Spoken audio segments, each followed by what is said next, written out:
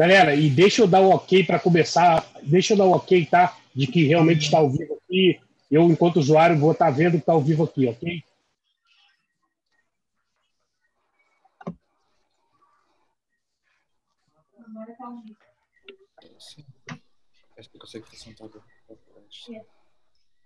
Pode começar, Janaína. Boa noite. Boa noite. Aqui nós estamos hoje à noite nós estamos trazendo como convidados a Marta, a deputada Marta Rocha. Para quem não nos conhece, nós somos a Liga. A Liga, ela é um grupo de amigos que se reuniu para poder tentar fazer algo diferente pelo nosso município, tá? E decidimos lançar uma pré-candidatura ao cargo de vereador no município do Rio de Janeiro, né? O nosso grupo é composto pelo Pedro Gelomelis, o Pedro do Livro, superintendente da Biblioteca Parque, Roberto Anderson, que é arquiteto e urbanista, Kelly Lousada, que é da ONG Meninas e Mulheres do Morro da Mangueira, e Mari Basílio, que é ativista na causa dos direitos da mulher e contra a violência da mulher e as crianças. Nossa candidatura está vindo pelo PSB, tá? E nós estamos muito felizes de conversar com a senhora hoje à noite. Pedro? Boa noite, delegada, deputada Marta Rocha. Boa noite a todos meus companheiros e companheiras, a todo mundo que está assistindo a gente aqui no Facebook.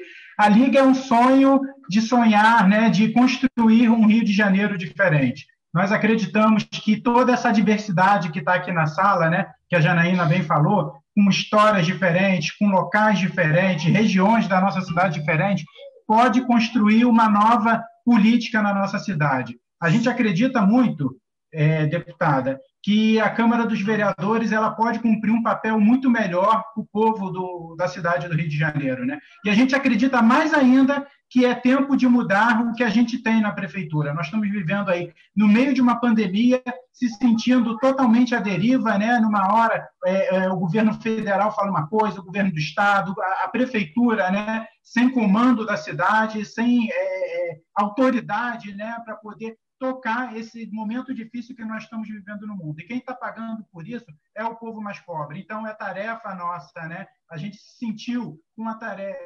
com a necessidade de nos movimentarmos para isso, né? E de construir uma campanha coletiva e, principalmente, também estar junto da senhora apresentando um programa para a cidade do Rio de Janeiro. E a gente acredita que, de forma coletiva, isso vai ficar muito mais forte. Então, é um prazer ter você aqui com a gente, né, debatendo. É um prazer ter as pessoas que estão no Facebook lá conosco. E, enfim, vamos construir aqui um debate de ideias, porque eu tenho certeza que é através das ideias que a gente pode mudar a nossa cidade, né, Janaína?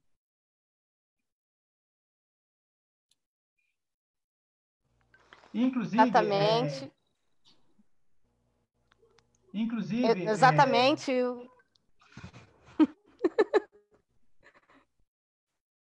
Deputada, a gente queria, inclusive, perguntar, está tendo um delay aqui, mas queria perguntar, inclusive, o que você acha, se você já conhece essa proposta de mandato coletivo, essa não é a primeira iniciativa, né, no nosso país, mas é a primeira na nossa cidade do Rio de Janeiro, se você conhece, e o que você acha, né, da Liga, o que você acha dessa proposta que a gente está apresentando para a nossa cidade?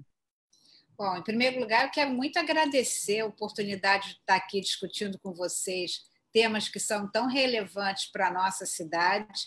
Já que a gente está no território socialista, mandar aqui um grande abraço para o Molon, para o meu companheiro Renan Ferreirinha, que é deputado estadual comigo, é o relator da comissão especial que está apurando as questões da Covid-19. Eu sou a presidente, o Renan Ferreirinha é o relator, e um dos nossos decanos, que é o Carlos Mink, né? Que já vem exercendo há muito tempo essa função de deputado estadual, já foi ministro do Meio Ambiente. Então, muito bom estar nesse território socialista aqui com vocês. Eu conheço essa iniciativa, conheço pelos jornais, pela leitura, né? Mas eu acho, Pedro, que uma das coisas que a pandemia nos ensinou foi pensar de forma coletiva. Então, eu acho que é muito bom que a gente tenha essa nova dinâmica e eu acho que vai permitir que vocês construam um olhar mais amplo e que seja mais inclusivo de todos os desejos do carioca para a construção desse novo perfil, pensando aí que a cidade do Rio de Janeiro precisa muito de nós. Ah, que bom. A Kelly tem uma pergunta? Como você falou muito bem do Covid, assim, eu sou nascida e criada no Morro da Mangueira, comecei há 2 meses e meio, 3, assim que a Covid veio para aqui, um processo de reclamar com a prefeitura, né, com o governador, fiz um pôster no Facebook que atingiu quase 7.000 compartilhamentos e comentários, puxando essa questão do Covid para dentro das comunidades, porque a gente se falava que não podia isso e aquilo, mas ninguém falava de fato o que as pessoas estavam pensando em relação a cuidar da comunidade. E a Covid chegou no Brasil, ou encontrou o Brasil, né, nessa situação de desigualdade social muito grande. E as favelas e bairros das periferias são os que mais estão sofrendo com essa situação, porque a pandemia acabou chegando aqui nas comunidades e tem morrido a gente, né? Como você vê essa questão? Como você pensa essa questão? Em primeiro lugar, eu acho que você tem muita razão, e a gente podia lembrar aqui o primeiro caso de morte no Rio de Janeiro, que foi no município de Miguel Pereira, numa senhora que era uma empregada doméstica e que ela foi contaminada pela sua patroa, mas ela é que veio a falecer. Foi o primeiro caso no Rio de Janeiro.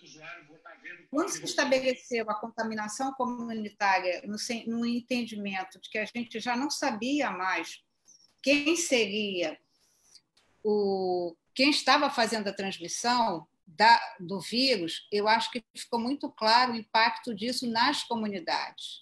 E o que a gente tem apreciado nos jornais é que quem está cuidando da comunidade é a própria comunidade. São as lideranças comunitárias que estão fazendo todos os mecanismos necessários para poder levar informação e levar água e sabão, né?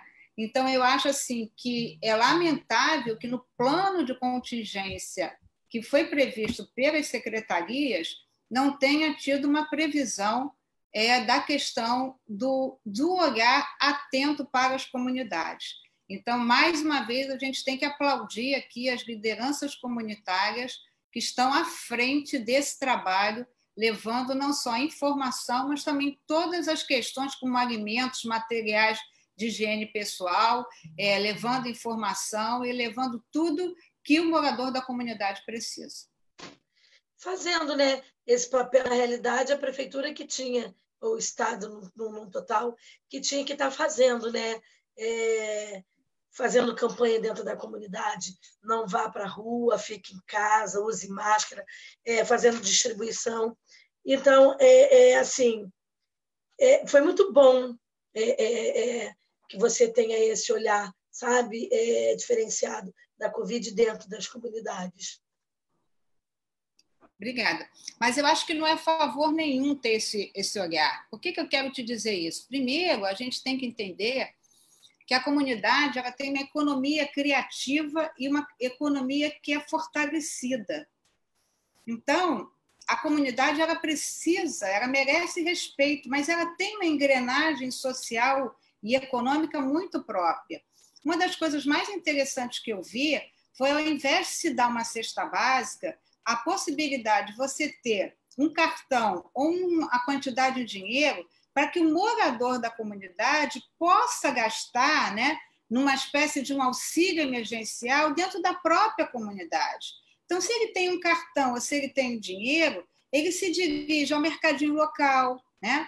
Ele vai buscar os empreendedores locais. Então, eu acho que está na hora. Eu acho que um grande erro que a gente vem ao longo da vida construindo é que a gente quer trazer soluções que são da cabeça da gente, sobre o nosso olhar. Então, eu acho que a gente tem que ouvir as pessoas que fazem parte da comunidade e que são os atores, né, sociais nesses espaços, nesses territórios, que, sem dúvida nenhuma, desses atores, dessas lideranças, né, eu tenho certeza que a gente vai ter um melhor entendimento do que deseja, do que precisa as comunidades ou qualquer outro lugar.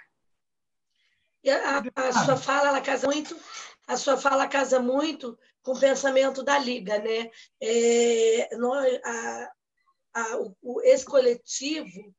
Esse coletivo ele pensa muito dessa maneira que você está falando, de pensar num todo mundo construir, para não ser uma coisa saída da minha cabeça, da cabeça de cada um integrante da Liga, e propor para as pessoas. A gente vem buscando propostas, a gente vem construindo ideias com sociedade civil ou não. A sua fala casou muito com a ideia da Liga. Você deixa eu falar só uma coisa? Claro. Você vê, uma das figuras mais importantes nessa questão são os agentes comunitários de saúde. E a Prefeitura do Rio, ela retirou 180 equipes de saúde da família.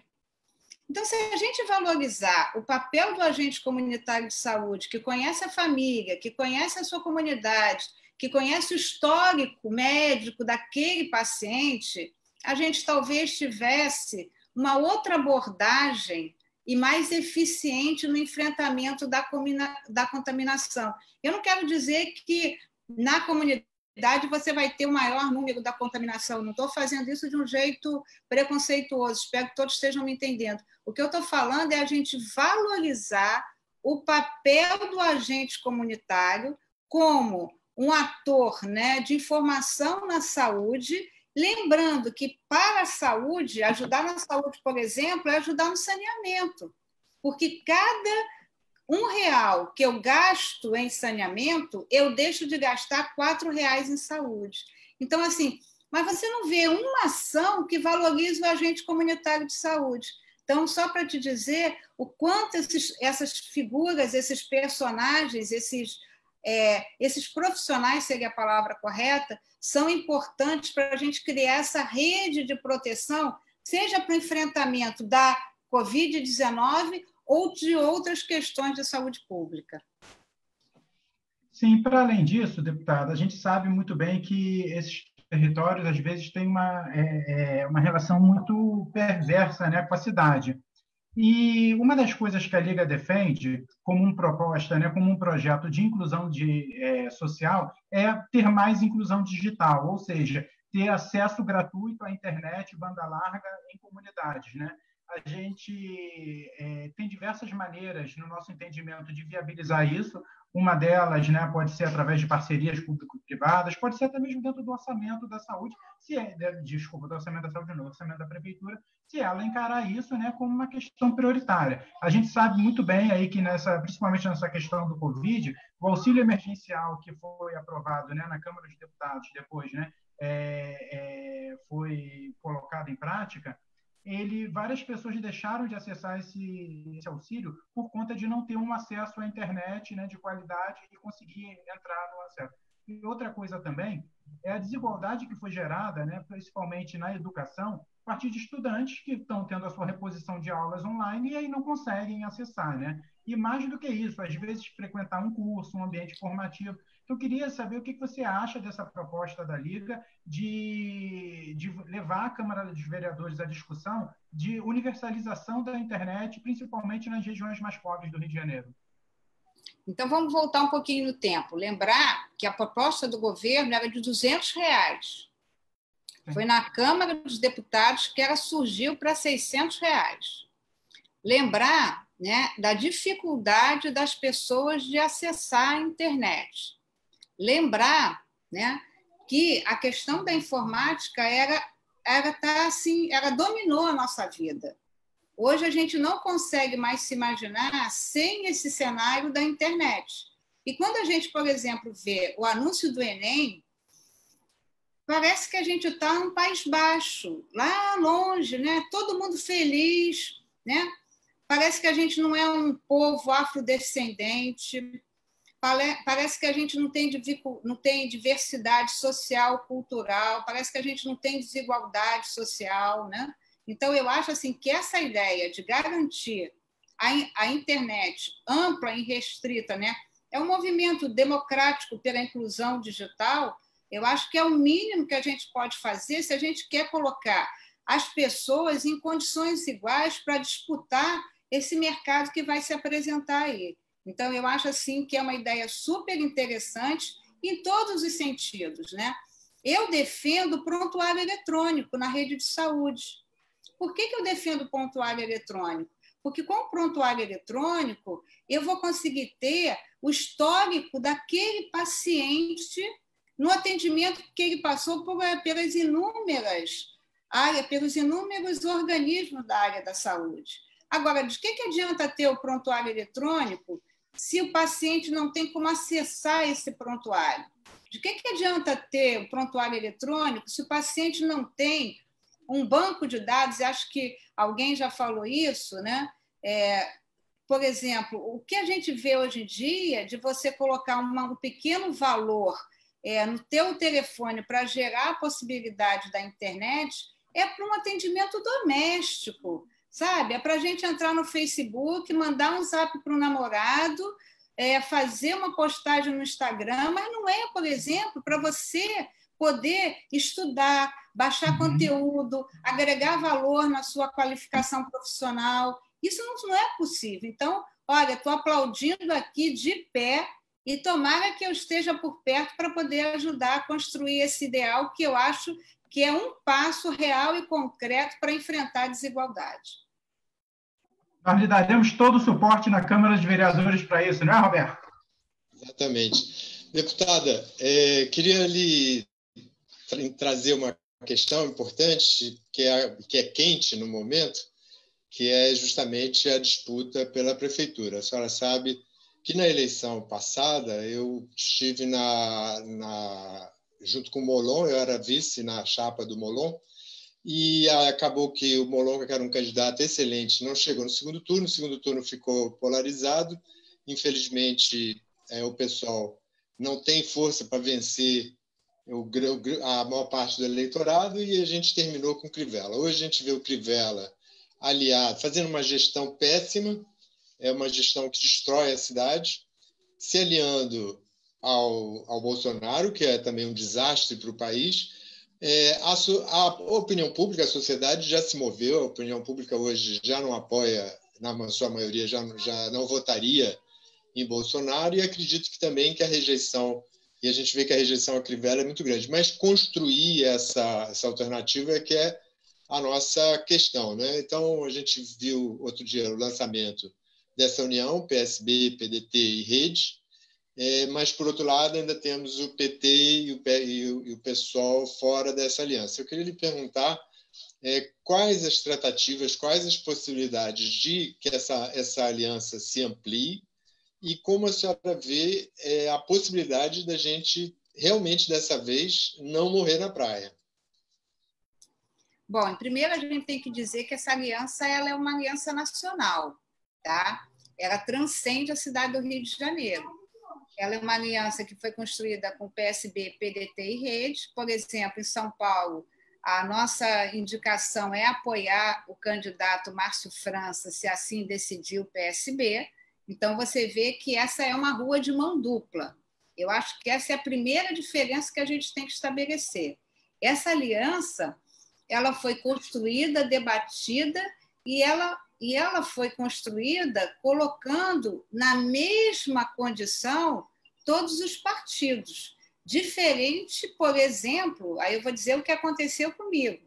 Quando a gente era apontada como a vice dos sonhos, eu estou repetindo aqui uma frase que foi dita, quando ninguém me perguntou, primeiro, se eu queria, e segundo, será que não podia ser o contrário? Né? Ou seja, o que eu estou discutindo aqui é que não houve diálogo na construção de uma possível aliança. Então, acho que essa é a grande diferença dessa frente construída pelo PDT, PSB e pela Rede. E entendendo que essa aliança transcende a cidade do Rio de Janeiro, que é uma aliança nacional, né, para enfrentar os graves problemas que enfrentamos hoje a nível nacional. Então, acho que essa é a primeira distinção. A segunda distinção é que essa aliança é uma aliança progressista. E quando eu falo que é uma aliança progressista, o que eu quero dizer? Eu quero dizer que nós não abrimos mão da democracia. Eu quero dizer que nós sabemos que vivemos num país desigual, mas nós respeitamos as diferenças. Eu quero te dizer que ninguém aqui odeia empresário, mas a gente entende que o Estado não tem que ter lucro. O Estado tem que garantir o bem-estar social para que possa diminuir a desigualdade. A gente entende que o Rio de Janeiro está centralizado num projeto nacional. Então, na verdade, eu acho que essa aliança ela vai alcançar outras mentes e outros corações, né, que já perceberam que a polarização que aconteceu em 2018, se de um lado ela serviu, né, para retratar a insatisfação de um segmento da população brasileira com um determinado grupo político, ela construiu muito pouco hoje, por exemplo, para nível da cidade do Rio de Janeiro, porque apesar do presidente Bolsonaro, ao que parece, né, já que o seu filho foi para o republicano, o senador Flávio Bolsonaro, parte do PSL, que é bolsonarista, está indo para o republicano. Então, qual foi a vantagem? Vantagem não é a palavra certa, mas quais foram as prerrogativas que a cidade do Rio de Janeiro ganhou com essa possível aliança entre governo federal e governo estadual? Nenhuma. Uma linguagem clara e transparente? Nenhuma.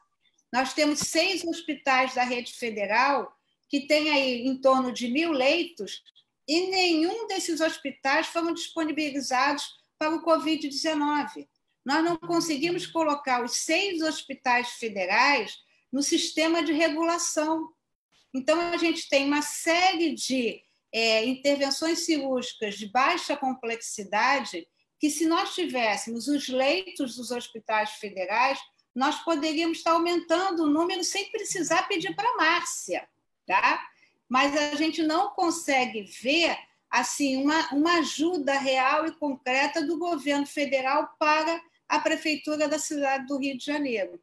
Então, eu acho que a frente construída pelo PSB, pelo PDT e pela rede, eu volto a te dizer, eu acho que ela tem a capacidade de se identificar com pessoas que querem o bom senso, pessoas que valorizam a democracia, pessoas que respeitam a diversidade, tá? Então, eu acho que a gente tem uma possibilidade real e concreta, né, de ampliar o nosso campo de ação, e acho que o tão importante quanto isso é a gente ter esse compromisso a nível nacional. Eu acho que esse compromisso a nível nacional dessa frente fortalece a nossa atuação nas nossas cidades e nos nossos estados.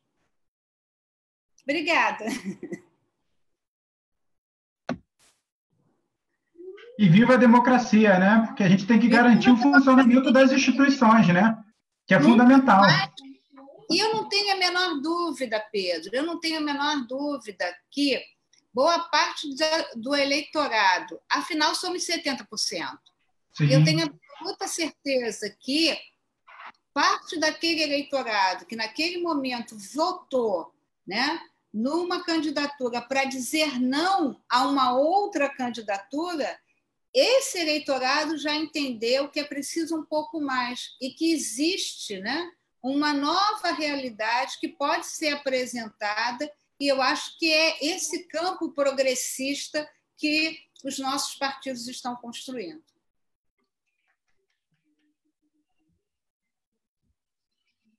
Mário, tem a pergunta? Tenho. Boa noite, deputada. Primeiro, eu quero te agradecer, é um orgulho enorme estar na Liga e representando o PDT na Liga, né? Eu continuo filiado ao partido, é o partido que me representa, e é um prazer enorme também tê-la como deputada me representando o poder das mulheres e com essa força toda que me inspira sempre. E aí, eu lembro que uma vez a gente conversando, até no seu gabinete, falei muito sobre empoderamento, e a gente conversou sobre isso, sobre o poder da mulher e tudo mais. Apesar de hoje a gente já ter um número maior de mulheres, tanto nas câmaras quanto nos legislativos e até nos executivos, a gente ainda tem um número muito pequeno, né? E aí a gente vê a discrepância e a distinção entre homens e mulheres. Além disso, como lá no início a senhora falou sobre Covid, que a Kelly citou e tal, a gente vê que o aumento da violência contra a mulher aumentou em alguns lugares do Brasil até mais de 1000%. Na Paraíba, isso foi constatado que foi 1.170% o aumento de violência, na verdade, de casos notificados, né? No Rio de Janeiro, a gente tem um percentual aí de notificação de 50%, fora o que a gente não sabe de notificações. E num futuro próximo, porque eu acho que no presente isso ainda, apesar da gente já falar muito disso e tudo mais, num futuro próximo, a senhora vê alguma solução para isso, para essa diminuição dessa diferença de homens e mulheres, da diminuição da violência contra a mulher? Olha, Mari, primeiro eu quero te agradecer, né, de não só a tua pergunta, mas por trazer essa reflexão tão importante. Já foi muito pior. Eu quero te dizer que eu cheguei na Polícia Civil em 83 e a minha primeira luta foi por um banheiro, porque não havia banheiro nas delegacias, ou seja, banheiro para as mulheres nas delegacias.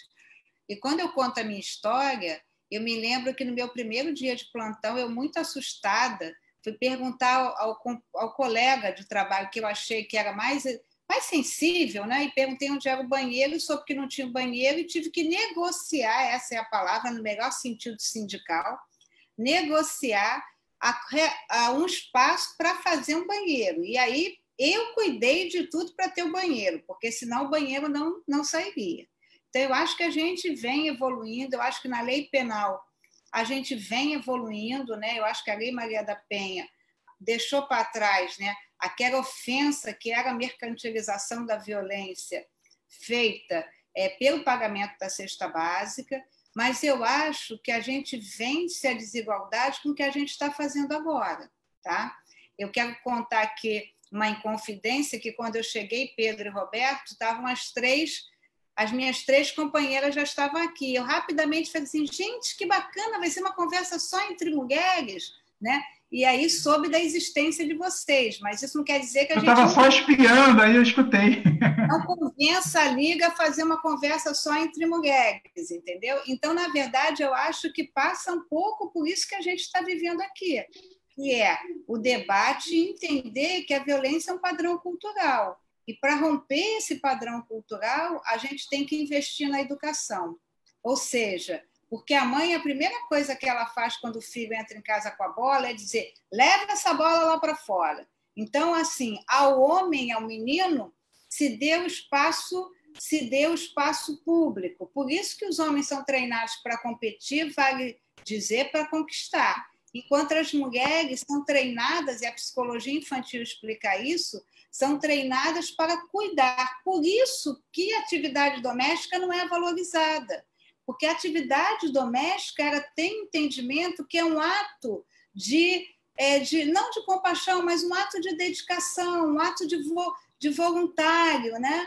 Um ato de alguém que se apresenta para fazer o bem para outra pessoa. Então, se você olhar no campo do mercado de trabalho, você vai ver a luta das empregadas domésticas para terem a sua profissão reconhecida. Então, eu acho que a gente vence isso quando a gente consegue trazer isso e chama os homens para esse debate. Eu acho que é assim que a gente vence. Agora, a pandemia do coronavírus, você tem toda a razão, mostrou o lado cruel da pandemia do coronavírus foi a violência contra a mulher, né? Não é à toa que a Associação dos Magistrados do Brasil fez a campanha junto às farmácias do sinal vermelho, que quando uma mulher chegasse, né, com um X de batom na mão, ela pudesse ser levada para uma sala e, se ela não pudesse ser levada, ela pelo menos deixasse os seus dados e imediatamente se acionasse a polícia. Então, eu acho que é a participação da sociedade, nessa questão cultural que vai fazer enfrentar a violência, mais do que isso, né? Enfrentar a grande desigualdade entre homens e mulheres. E se nós, desculpa só aumentar um pouquinho, e se nós fôssemos discutir, temos que discutir a transversalidade do gênero com a raça e etnia, eu quero dizer, se é difícil ser mulher, é mais difícil ser mulher negra. A Organização Internacional, a OIT, informa, primeiro é o salário do homem branco e, por último, é o salário da mulher negra. Há empresas que nunca tiveram uma mulher negra no cargo de direção ou no cargo de gerência. Mas eu também acho que a gente não precisa ser negro para incorporar a defesa dessas questões que violam, né, a igualdade e que são carreadas de preconceito. Eu acho que é o papel nosso, né, dos não negros de participar. E eu quero só encerrar dizendo o papel das mulheres brancas nas grandes manifestações dos Estados Unidos. Aquela fileira de mulheres brancas que abriam as manifestações nos fazem refletir da nossa responsabilidade de ser voz, de ser canal de debate, né? Então, esse não é nem só um compromisso da população negra, como também não pode ser apenas e exclusivamente de responsabilidade da população negra. E aí eu quero encerrar dizendo que toda política pública ela tem que ter um olhar transversal e a gente obrigatoriamente tem que conjugar gênero com raça e etnia. Pegando desse gancho, eu como mulher, companheira Mari, eu estou aqui ouvindo você falar e me veio uma coisa. Você foi uma das... Na realidade, você foi a primeira mulher, né, na Polícia Civil, transitou muito bem nesse ambiente político, de segurança política. E você, né, como não só você, mas todo mundo acha que esse ambiente ele é fortemente masculino. Como você vê o papel das mulheres na segurança política e pública? Kelly, obrigada. Eu quero te dizer que eu sou filha de um pai feminista que já está no céu, que é o seu Horácio. O meu pai, eu quero te dizer que eu fiz o concurso público para escrivã e na hora que eu tive que assumir, eu meio que balancei. Eu vinha do Tribunal de Justiça e o meu pai me disse uma frase que me acompanhou pela vida toda, me acompanha ainda, por que não? Então, eu digo que meu pai era feminista porque ele dizia que a gente tinha que estudar para que se casasse, não se desse bem com o marido, pudesse mandar o marido embora. Eu não sei se eu ouvi tanto essa frase que eu não me casei, né? Mas eu quero te dizer que, exatamente, eu vim de um seio de uma mãe que estava na minha retaguarda, porque é muito fácil você construir uma carreira se você não tem uma responsabilidade familiar. Porque a mulher, primeiro ela cuida da família, cuida da casa, depois ela cuida da sua carreira. Eu cuidei da minha carreira. Eu tinha uma mãe que não me trazia nenhum tipo de compromisso. Então, eu tinha, por parte da minha mãe, uma estrutura, e por trás de uma mulher tem sempre uma outra mulher, né? E, por parte do meu pai, eu tinha um incentivo, porque eu podia fazer o que eu devia fazer, tudo o que eu quisesse, desde que eu estivesse preparada para fazê-lo. E eu cresci num ambiente masculino. Então, eu quero registrar que eu trabalhei muito mais que os meus companheiros da Polícia Civil. Eu não falo isso com arrogância ou para ofender ninguém, é porque eu trabalhei mesmo. Eu ocupei os cargos, antes de ser chefe da Polícia Civil, eu ocupei todos os cargos de relevância na Polícia Civil. Eu adoraria que, depois da minha saída da Polícia Civil, tivesse uma outra mulher que tivesse ocupado a Polícia Civil. Então, eu acho assim, por que eu trabalhei muito? Primeiro, eu trabalhei porque a polícia é uma atividade muito dura.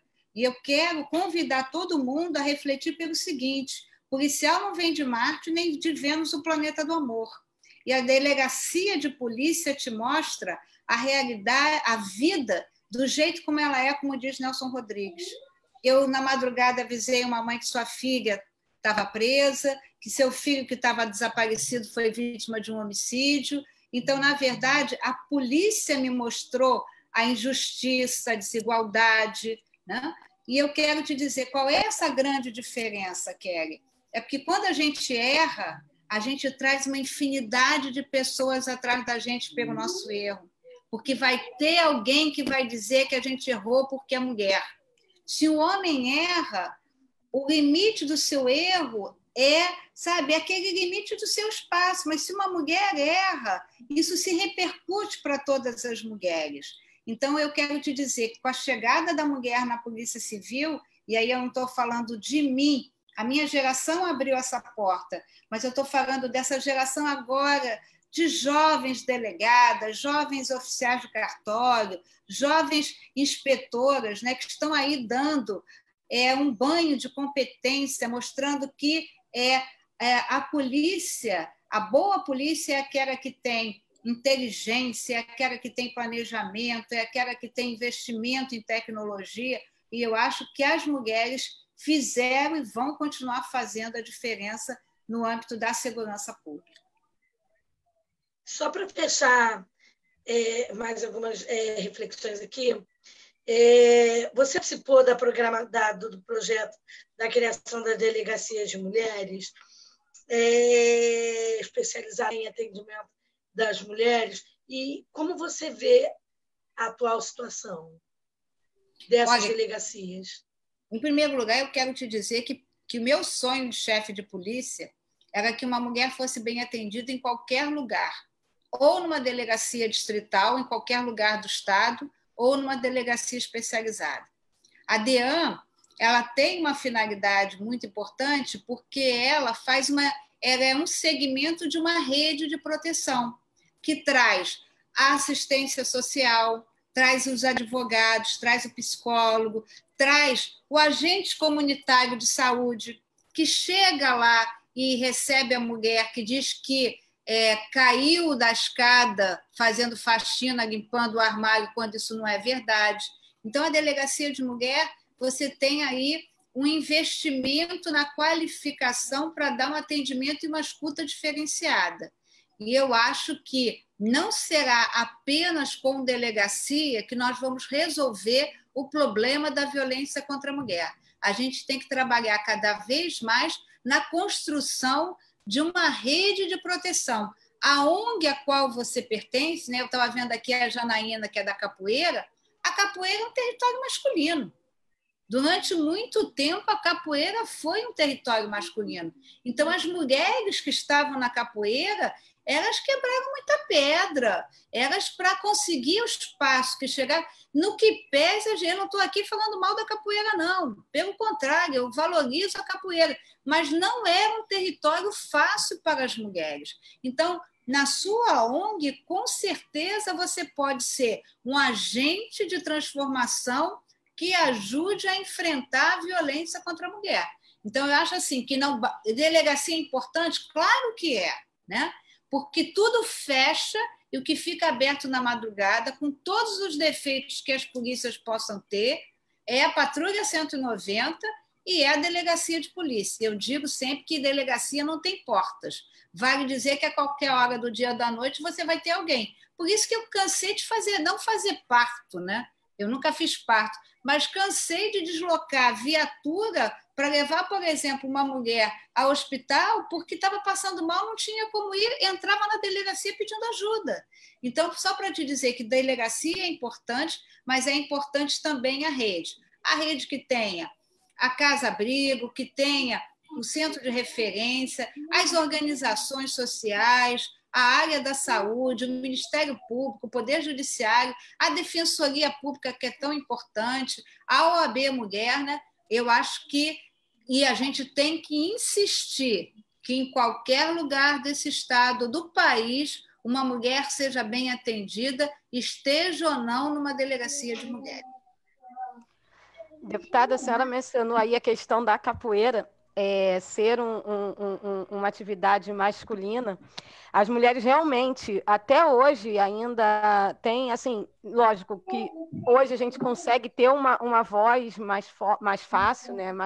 É mais fácil da gente conseguir entrar na roda, praticar a arte, né? Mas a gente ainda sofre bastante coisa, ainda tem bastante briga contra a intolerância, né? E abuso, e ainda é uma questão muito difícil para as mulheres, a gente ainda quebra bastante pedra. Aproveitando que nós estamos falando da capoeira, né? E a cultura é a minha vida, é algo que eu ando sempre falando muito e puxo muito para esse lado dentro da Liga, principalmente a cultura popular, né? Eu queria saber a sua opinião um pouco sobre o sucateamento que a atual gestão municipal vem dando à cultura dentro do município do Rio de Janeiro, né? Desde o início lá da gestão de Marcelo Crivella, lá em 2017, ele tem uma relação de conflito constante com os trabalhadores da cultura, né? Hoje mesmo nós tivemos um noticiário, né, falando dos 49 milhões que a prefeitura tirou da cultura, que seria destinado da lei do ISS. Eu queria saber qual é o seu posicionamento quanto a esse sucateamento que a gestão vem trazendo. Olha, querida, eu acho que se a gente tivesse alguma dúvida da importância da cultura, em tempos de isolamento a gente não teria mais. O que seria de nós sem as diversas ações que foram dimensionadas aí pelas redes sociais, pela internet, né, pelas lives, sobre a cultura. A cultura foi o grande aliado para que a gente não entrasse no esgotamento emocional, porque o isolamento acarreta isso. No início a gente acha que vai ser bacana, vai poder fazer a nossa comida, arrumar a nossa casa, cuidar das nossas coisas, mas com o passar do tempo a gente vai entrando no esgotamento emocional. E a cultura, esse lado lúdico, nos deu a capacidade de nos manter lúcidos. Acontece que o prefeito Marcelo Crivella não tem apreço nenhum pela cultura. Tanto não tem que, nos momentos, ele não precisa, eu não sei sambar, mas isso não quer dizer que eu não apoio e não gosto de carnaval. Isso não quer dizer que eu não identifique o carnaval como uma ação importante para a nossa cidade. Que é coisa mais triste que a gente saber que o povo está preferindo ir para São Paulo no carnaval do que no Rio de Janeiro. Isso é resultado dessa falta de apreço que o prefeito tem pela cultura, né? Foi difícil passar no Congresso Nacional. Foi uma luta dos congressistas pelo auxílio emergencial para a cultura. Nós temos aí uma infinidade nas comunidades de atores culturais. Nós temos aí, né, uma série de equipamentos que estão abandonados, que poderiam estar sendo direcionados exatamente como polos de cultura, pontos de cultura, poderiam estar sendo direcionados, por exemplo, né, não é apenas para o ator ou o cantor que é celebridade, não. É para aquele que está construindo as relações culturais na sua comunidade, no seu território. Então, por exemplo, na cultura, olha que coisa interessante, a gente tem cenografia, iluminação, a gente tem coreografia, a gente tem costura, olha quanta coisa, quanta atividade comercial. Então, primeiro de tudo, se a gente quiser vencer a grave crise financeira que se instalou na cidade do Rio de Janeiro, nós temos que ter uma economia criativa. E a cultura pode ser a grande ferramenta de transformação desse clique que pode dar a cidade do Rio de Janeiro sendo uma cidade economicamente viável. E a segunda questão, né, é a gente entender que há uma série, que a cidade do Rio de Janeiro ela é cultural por excelência. Durante muito tempo ela teve o título de capital cultural desse país, e assim o é. Então a gente tem que construir aqui um calendário, eu vou roubar aqui essa frase, que não é minha, de janeiro a janeiro. Então, mas não é apenas um calendário para trazer artistas internacionais, não. Que a gente possa aproveitar, por exemplo, no audiovisual, no teatro, na dança, na coreografia, no circo, a gente possa trazer, tá, uma agenda cultural que vai fortalecer a cidade do Rio de Janeiro. Porque essa agenda cultural é como se fosse uma teia. Ela fortalece o pequeno empreendedor do comércio de bares e restaurantes, ela fortalece, né, outras áreas ali de atuação. Então, eu acho que, e lamentavelmente, o que você falou, eu não sei, agora eu fiquei confusa, eu não sei se são 47 milhões ou 49 milhões, mas isso não interessa. E eu li hoje uma reportagem inclusive de um vereador, que disse que houve aprovação de forma assodada e se perdeu o principal fomento na atividade cultural, que era a rubrica específica do ISS. Então, essa é uma das... Por que o prefeito encaminhou esse projeto e a sua base lá votou a favor, né? Porque ele não tem nenhum apreço pela cultura. Como ele não tem apreço pela cultura, ele não pode se permitir a fazer uma análise de qualidade para perceber que ele está perdendo uma joia rara, que é utilizar a cultura no resgate da economia da nossa cidade. Deputada, eu queria aproveitar que a senhora entrou nessa discussão, e inclusive essa sua última frase colocou a questão da cultura como motor da nossa economia, um possível motor, para a gente pensar um pouco a questão do desenvolvimento econômico do Rio de Janeiro. Quer dizer, o Rio de Janeiro já foi um polo industrial muito importante no Brasil. No entanto, tudo fechou. Quer dizer, a Avenida Brasil, a gente vê, é uma avenida de galpões fechados, abandonados, todo o potencial industrial se foi. Houve um momento em que se imaginou que a indústria do petróleo poderia ser uma saída, mas ela também se mostrou uma saída problemática, tóxica e equivocada.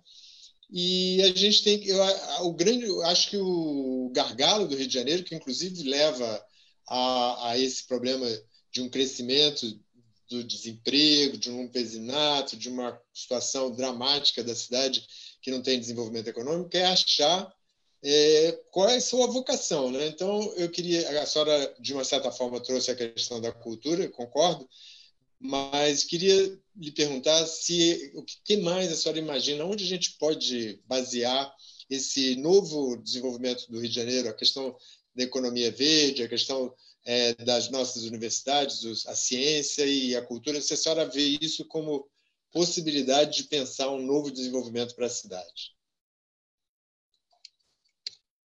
Eu acho que essa é a cidade da inovação, Roberto. Nós temos aqui inúmeras universidades públicas, eu acho que 4 ou 5, e uma infinidade de universidades particulares. Nós temos aqui centros tecnológicos. Então, a inovação e a tecnologia tem que ser uma ferramenta de utilização desse novo olhar da cidade do Rio de Janeiro. O petróleo ele vai sempre nos deixar refém de outras questões que não passam pela decisão nem do prefeito, muito menos do Brasil. Se tocar uma briga fora do Brasil, como a gente vivenciou aí a questão da Rússia com outros países, isso impacta diretamente. Agora a gente está melhorando um pouquinho o valor do barril do petróleo, também pelo impacto da alta do dólar. Então a gente fica muito refém de um benefício que chega para a nossa cidade, para o nosso estado, mas sobre o qual a gente não tem gerência para adequar esse benefício. A gente, ano que vem, vai receber uma coisa super interessante, que é a Conferência Internacional da Arquitetura, e ninguém fala nisso. Ninguém. Essa cidade poderia, por exemplo, incentivar no âmbito do turismo, já que nós temos uma rede de hoteleira, e aí eu estou falando hoteleira lato sensu, né, porque a gente tem não só hotéis, mas outros equipamentos de hospedagem já muito bem estabelecidos na nossa cidade. Nós temos experiência de grandes eventos, nós temos um povo maravilhoso, alegre, caloroso, né? É um povo que foi talhado para receber. Então, acho que a gente tem que construir um calendário, por exemplo, fomentando a possibilidade de realização de convenções profissionais. Então, olha que coisa bacana que a gente pudesse estar aqui recebendo uma conferência da International Police Association, né? Da Associação Internacional dos Policiais, fazer um grande debate sobre educação, chamar todos os arquitetos do Brasil para uma conferência aqui. Então, assim, a gente tem que começar. Lisboa tem pouco mais de 500 mil habitantes. e é uma cidade que foi considerada a melhor cidade para a gente instalar startup. Nós podemos fazer isso na nossa cidade, nós podemos fazer esse fomento. O empreendedor, ele não pode se perder no emaranhado da burocracia municipal para tentar estabelecer a sua empresa ou a sua organização. Tem que ter um canal direto. Eu assisti, não sei se vocês assistiram, o debate do Reage Rio, e o Medina fez a seguinte observação, Roberto Medina, que para instalar o Rock in Rio na cidade de Lisboa, ele precisou apresentar 5 certidões, mas que para instalar no Rio de Janeiro, ele teve que apresentar mais de 50 certidões. Isso não é lógico. A gente tem que partir da premissa que o empreendedor ele é uma pessoa séria. A gente tem que partir da premissa, né? Vamos estabelecer ferramentas de fiscalização, mas não já partir da premissa, né, que alguém que está nos procurando é alguém que merece a nossa desconfiança. Então, eu acho que a gente tem muita coisa para fazer no âmbito do turismo, que as pessoas estão dizendo aí que é o novo petróleo, né? Por que a cidade do Rio de Janeiro não pode ser também uma capital das tradições nordestinas? Se todo carioca que se preza tira um dia do seu mês ou de 2 em 2 meses para almoçar lá, né, no Centro de Tradições Nordestinas, que na minha infância a gente carinhosamente chamava de Feira dos Paraíbas. E não tinha nada de preconceituoso, era um termo carinhoso. Eu quero dizer isso aqui, tá? Não quero ser... Por que a gente não pode trazer para cá, né, exatamente a dança folclórica das quadrilhas, que é uma coisa maravilhosa? Por que a gente não pode fazer aqui um fim de semana de tradições nordestinas, já que a gente tem inúmeros bairros com uma quantidade imensa de nordestinos? O que impede a gente de fazer isso? Essa é uma cidade que acolheu imigrantes. Por que a gente não pode fazer, num dia do mês e de algum mês, uma feira de tradições, né, dos imigrantes, que a gente tenha lá, né, o que é dos portugueses, dos italianos, dos árabes, dos espanhóis, dos ingleses, dos americanos? Por que a gente não pode incentivar se a gente tem institutos de tecnologia? Vamos dar um exemplo aqui da UFRJ. O papel da COP da UFRJ na Petrobras, o instituto, a tecnologia ali foi fundamental, né, para a Petrobras e se conseguiu estabelecer aí uma parceria. Então, tem que ter o quê? Tem que ter, porque eu digo sempre que a prefeitura é uma incubadora de oportunidades. A gente não dá atenção para o comércio, Roberto. A placa que a gente mais vê não é a placa do partido político, não. É do aluga-se ou vende-se. E o ingresso no primeiro emprego, o ingresso dos jovens entre 18 e 24 anos é no comércio. Então, quando a gente fala em pandemia, e aí o governo federal diz que tem empréstimo, tem empréstimo através do BNDES, eu conversei com os presidentes do Sindicato de Bares e Restaurantes. O pequeno investidor não conseguiu chegar lá. O empréstimo que disseram que ele tinha direito. Qual é o papel do prefeito? Bater na porta do BNDES e dizer: olha, os meus comerciantes que estão fechando as portas precisam desse empréstimo, desse crédito, melhor dizendo, né? Agora, o prefeito tem que ser um estadista e a prefeitura tem que ser uma incubadora de oportunidades. Eu não tenho dúvidas, Roberto, já encerrando, que quem sentar naquela cadeira em 2021 não terá uma tarefa fácil. Afinal, o prefeito da cidade do Rio de Janeiro encerrou o ano de 2019 com não vou dizer rombo, mas com um débito de 4 bilhões antes da pandemia. Nós não estamos falando. E o que a gente assistiu agora, pouquinho antes de entrar aqui, foi como foram feitas as compras no município, a ponto do Tribunal de Contas do município mandar abrir prazo para a prefeitura informar em caráter de urgência que houve equipamentos e produtos que tiveram mais de 500% de aumento, considerando o preço inicial daquela mesma empresa. Então, eu acho que tem um debate longo aí pela frente, mas eu quero te dizer, Não será fácil, mas tem um universo de chances para fortalecer a economia da nossa cidade. Deputada, eu queria falar um pouquinho sobre talvez um dos pontos mais fortes, né, da sua candidatura, pelo menos do seu partido, que é a questão da educação, né? O PDT é um dos partidos mais... Aqui. Qual? Já te atropelei só para te dizer, ainda bem que eu estava sentindo falta do tema no debate. Ah, sim, não, pois é, né? E uma coisa que você me falou, que me tocou muito, né? Para mim, até peguei o livro aqui, né, do povo brasileiro, de Darcy Ribeiro, que você falou muito das tradições nordestinas, dos imigrantes, né? E o Darcy fala muito das diferenças, né, dentro da composição do que se chama povo brasileiro, né? Para mim, Darcy Ribeiro e Paulo Freire são dentre alguns também, Florestan Fernandes, enfim, mas são alguns dos principais pensadores aí do nosso país, né? E o seu partido tem uma tradição muito grande nisso. Inclusive, né, a semana passada, eu fiz uma live com 2 atores, né?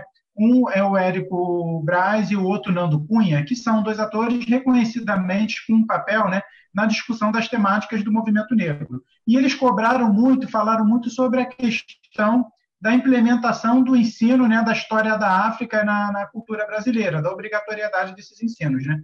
E uma das alegações para não cumprir a lei é justamente, às vezes, a falta de capacitação de professores, né? E você fez um projeto de lei que dispõe sobre a capacitação do ensino da história da África, né, da cultura brasileira. Inclusive, essa lei, essa perspectiva, nos fez refletir muito sobre a necessidade de uma coisa que existe na LERJ, que eu acho muito positiva, que é a comissão do CUMPRAS, né? Para a gente ter uma comissão municipal do CUMPRAS, para poder justamente essas leis que são tão importantes, né, serem cobradas, né, e a fiscalização da implementação delas. E eu queria que você falasse um pouco, né, sobre a perspectiva da educação numa possível prefeitura, né, você como nossa prefeita, e como também sobre a implementação do ensino da história da África, porque a gente quer estar te apoiando lá, né? E a gente tem que saber aí como vamos ser guiados aí nessa história. Bom, primeiro a gente tem que voltar no tempo para lembrar, né, o papel de Leonel Brizola e Darcy Ribeiro na questão do ensino integral. E tem que repetir aqui o estelionato eleitoral que aconteceu, tá? Exatamente entre o primeiro mandato de Brizola e o segundo, com a eleição de Moreira Franco. Foi a primeira... Eu quero dizer que a história desse Estado tem que registrar isso. Foi a primeira ideia de estelionato eleitoral, porque Moreira Franco disse que iria resolver a questão da segurança pública, da criminalidade, como ele disse, da violência em 6 meses, e a gente sabe que isso é impossível de acontecer, né? E aí a gente pode lembrar o professor Darcy Ribeiro, que disse: vamos construir escola para não construir presídio.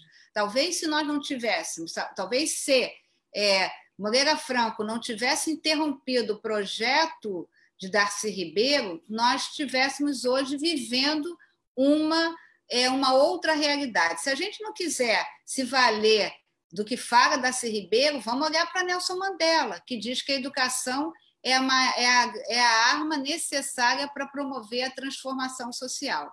Então, eu quero te dizer, né, que eu não tenho dúvida da importância da educação. Isso é um compromisso partidário, né?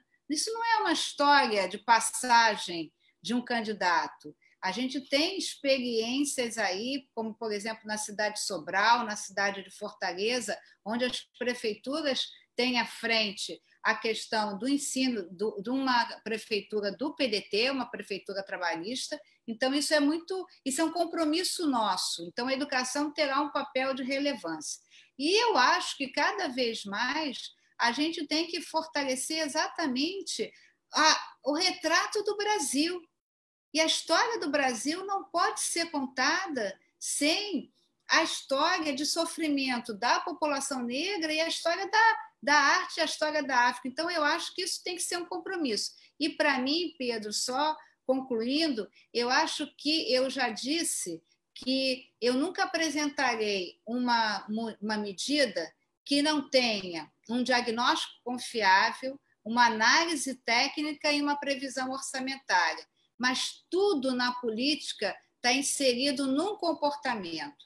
é a vontade política. Se houver vontade política, porque muitas coisas não são necessários grandes investimentos. O que tem que acontecer é a vontade política de realizar. E eu acho que a educação ela é feita não só pelos professores, pelos funcionários, pelos alunos, mas é, sobretudo, feita também, né, pelo sinal que o gestor dá da importância da política pública. Então, você pode ter absoluta certeza que a educação vai ser algo muito importante, vai ser talvez o compromisso, né? Há uma frase que eu gosto muito que diz assim: nenhuma criança pode ficar para trás. Nenhum professor pode ter felicidade ao reprovar um aluno. Isso não pode trazer alegria para um professor, nem eu estou dizendo que os professores sentem alegria. O que eu quero te dizer é que é investir ali na primeira infância, naquele, acho que a gente podia aqui, num outro momento, porque acho que o nosso tempo está acabando, falar aqui, por exemplo, das creches, né, falar de tantas outras questões, mas eu acho que a vontade política é o fator determinante para a efetividade de uma política pública. Eu só queria, antes de passar para a Mara aqui, cumprimentar a Tereza, que está falando aqui no Facebook. Com isso, menos violência, menos pobreza, menos discriminação, menos escolhas ruins para a nossa política, né? Com investimento em educação, nós podemos mais. Um monte de gente aqui, o pessoal vibrou, subiu um monte de coraçãozinhos aqui, quando você falou de coração. Quero te dizer, eu acho que foi Tereza que você falou, quero dizer para a Tereza, obrigada. Educação não é gasto, portanto, não tem que ter teto. Educação é investimento. Essa é a grande diferença. Deputada, como a senhora disse, nós já estamos chegando no final, mas eu queria fazer uma pergunta justamente sobre isso, aquilo que a gente já estava falando um pouquinho antes, e como a senhora mesmo disse, educação é partidária, e isso foi uma das coisas que me fez encantar pelo PDT, foi uma das coisas que me levou para o partido, e é uma das bandeiras que eu mais defendo, né? E a gente vê que desde Brizola a gente tem uma descontinuidade de políticas na educação, né? E além da sobrecarga dos professores, além da falta de investimento, implantação, e uma das coisas que a gente estava conversando, que eu queria que a senhora falasse rapidinho, é sobre a implantação do ensino fundamental e das creches e ensino fundamental 1 na integral, porque é uma das maiores dificuldades, eu falo isso como mãe, hoje as minhas filhas já estão grandes e tal, não tenho mais essa preocupação, mas a preocupação que a gente tem quando a gente tem filho pequeno, até 10, 11 anos, é aquela coisa, a criança estuda até meio-dia, e o que eu faço da minha vida? Eu preciso trabalhar, né? E como a gente pode fazer isso? Existe algum plano, algum programa de governo para isso? Eu só queria dar só uma informação a um dado do Tribunal de Contas do município, de uma análise que eles fizeram, uma auditoria, que diz que 73% das escolas precisam de uma intervenção em infraestrutura. Então, só para você entender o tamanho do problema que se tem aí à frente. Não é só a questão das dificuldades dos professores, né? A gente tem aí uma série de notícias dadas ao Ministério Público, de problemas, de denúncias feitas pelos professores, a gente tem aí um debate imenso.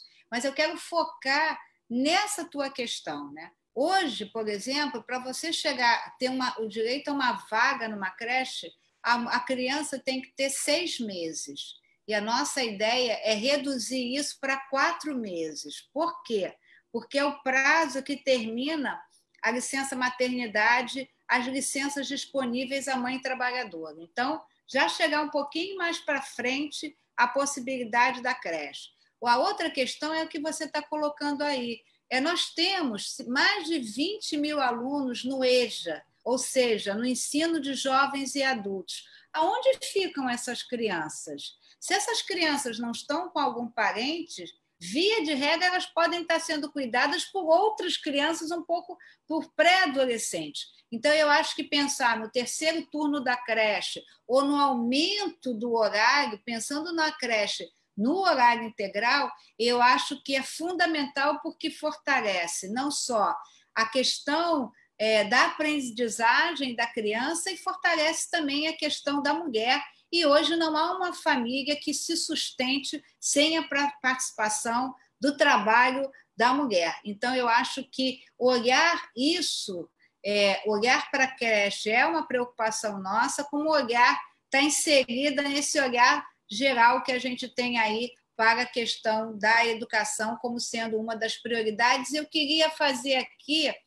uma ousadia, porque diante da pandemia, eu imagino, isso é só uma tese, que o tempo vai dizer se é verdadeiro ou não, que haverá, tanto para a área da saúde quanto para a área da educação, um deslocamento da rede privada para a rede pública.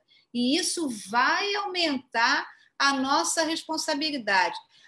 A cidade do Rio de Janeiro tem quase 650 mil alunos. Isso quer dizer, se a gente fosse comparar com o município, isso faria com que a rede de ensino da cidade estivesse entre os 50 maiores municípios. Nós temos 39 mil professores. Essa rede não é uma rede pequena e, portanto, precisa de planejamento, de boas ideias, de monitoramento, né? E precisa aí entender que a educação tem que ser uma das políticas, se não a prioritária, porque eu acho que também pós-pandemia, todas as cidades, porque nós ainda não sabemos como será o novo normal, mas eu acho que todas as cidades serão impactadas e a saúde também será uma política pública de grande relevância. Deputada, a gente está caminhando para o final, né? E eu queria fazer só uma pergunta, assim, rápida. Hoje a gente fala muito em sustentabilidade e na questão da economia verde. Como a senhora vê esses assuntos? Não, eu acho que quando a gente está aqui estudando o programa de governo, eu digo que eu quero uma cidade que seja humana, segura, integrada, criativa e sustentável. Não há como pensar hoje na construção de uma política pública para a cidade sem pensar na sustentabilidade, que é em todos os sentidos, né? Por exemplo, a gente pode estar trabalhando com emprego, trabalhando, por exemplo, na questão do replantio. Isso é uma estratégia relativamente barata que a gente pode utilizar não só para valorizar a sustentabilidade, mas o meio ambiente, como também um canal, né, de mercado de trabalho. Então, eu acho que a gente tem que pensar em tudo, na coleta seletiva, na questão da economia verde como um todo, na valorização. Vamos olhar aí essas construções ilegais. Isso está atingindo de um modo muito preciso as reservas ambientais. A gente não pode fechar os olhos para isso. Então, pode ter certeza que esse olhar de uma cidade sustentável é algo que faz parte do nosso programa de governo. Deputada, estou muito feliz com tudo que foi colocado aqui, né? E com a nova perspectiva que nós temos para a nossa cidade. E a gente quer muito contribuir com o seu programa de governo. Nós temos no PSB um núcleo de educação muito forte, muito ativo, né? Feito por professores, a maioria são professores da rede municipal, tem professores também da rede estadual, da rede privada, ensino superior, mas a gente tem um núcleo de educação no partido muito forte, né? Nosso companheiro Jarley, que está sempre com a gente aqui na Liga, chegou a entrar aqui no debate e agora está acompanhando lá pelo Facebook. E a Liga também, por ter uma diversidade muito grande, acaba que ela compõe, né, toda uma série de ideias, como algumas aqui a gente conversou, outras não deu tempo, mas que a gente gostaria muito de contribuir para o seu programa de governo, porque a gente quer, juntos com a senhora, mudar essa cidade. A gente acredita no que a senhora está apresentando aqui para a gente acredita também nessa aliança nacional que nós estamos construindo. Essa aliança, né, é para enfrentar um momento difícil que nós vivemos, é para enfrentar essa pandemia, é para enfrentar, né, esses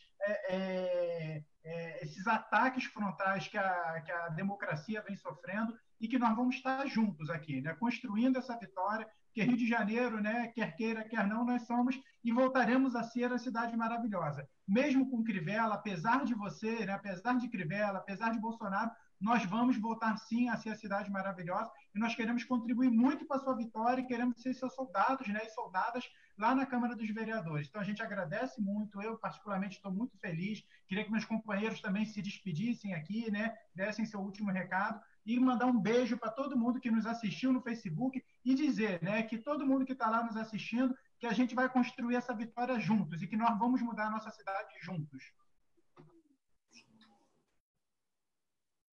É isso que a senhora veio falando, é música para os nossos ouvidos, porque justamente são os pilares do programa que a gente veio construindo.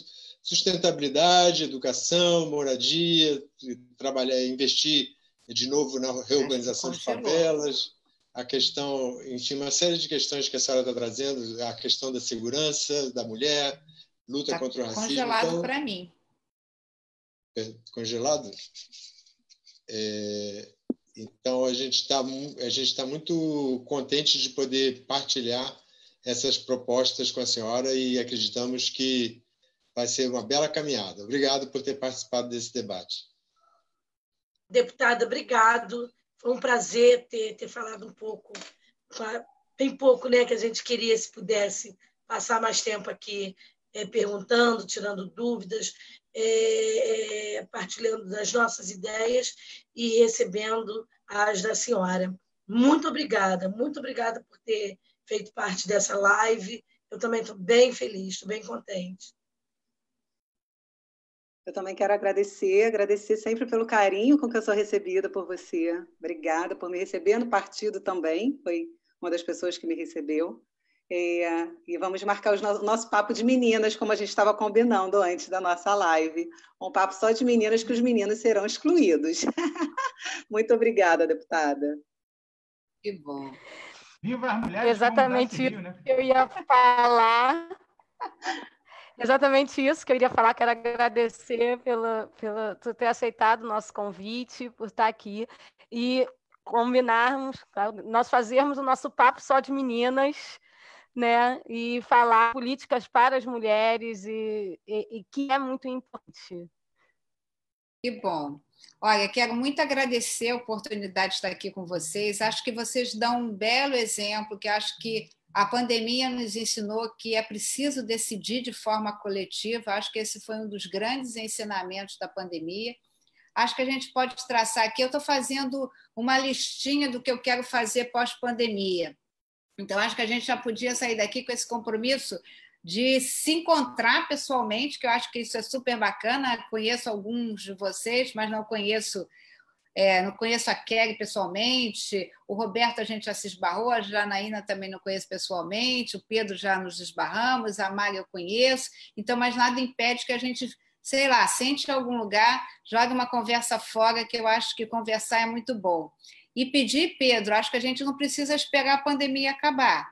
Eu acho que a gente podia combinar aí, você sabe como encontrar a gente, de fazer um grande debate entre essa frente, porque a educação vai ser importante em qualquer momento da nossa vida. Então, eu acho que a gente pode fazer um grande debate, utilizando aí essas ferramentas da rede, para a gente estar refletindo sobre a educação, que eu acho que investir em educação é o primeiro passo para superar a desigualdade e para garantir o desenvolvimento. Então, obrigada, foi um prazer inenarrável estar aqui com vocês e que a gente se encontre rápido, se Deus quiser. Tá bem? Beijo grande, obrigada a todo mundo que nos assistiu. Beijo para todo mundo. Obrigada, meninas. Vamos marcar, não esqueci não. Vamos sim. Tchau, beijo. Tchau.